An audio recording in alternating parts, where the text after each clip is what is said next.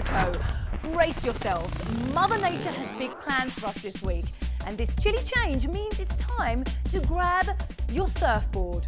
Jimmy Rhoades has what's trending around the D. At number 1, surf's up in the D. Surfing's not a sport, it's a way of life. Wait a sec, surfing in Detroit? Yep.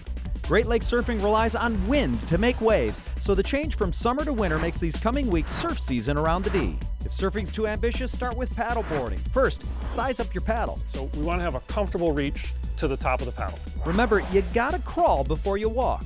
Beginners, get on your knees first, then we're going to stand. Finally, paddle, but not like a canoe.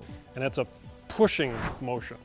And that's the hardest part for people to get. The only thing missing is some Detroit surfing slang. Detroit, hang 313.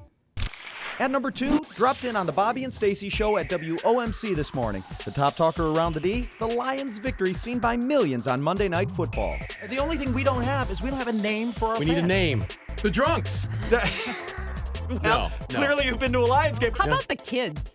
Like, the kids are wild. No, I love Jim, it. you need more of a personal name. Why not just go with like Diane? Diane. Just like Eli can't hear anything. Diane Eli's is loud. trying to audible, but Diane just won't shut up.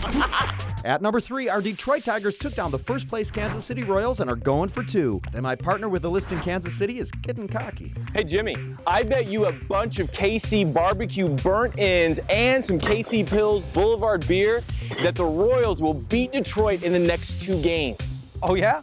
Well, I bet you a boatload of famous Detroit Conies, and I'll throw in a case of Detroit Brewing Works beer that my Detroit Tigers take this series. Well, they taste better than they look. Now you're caught up and clued in around the D.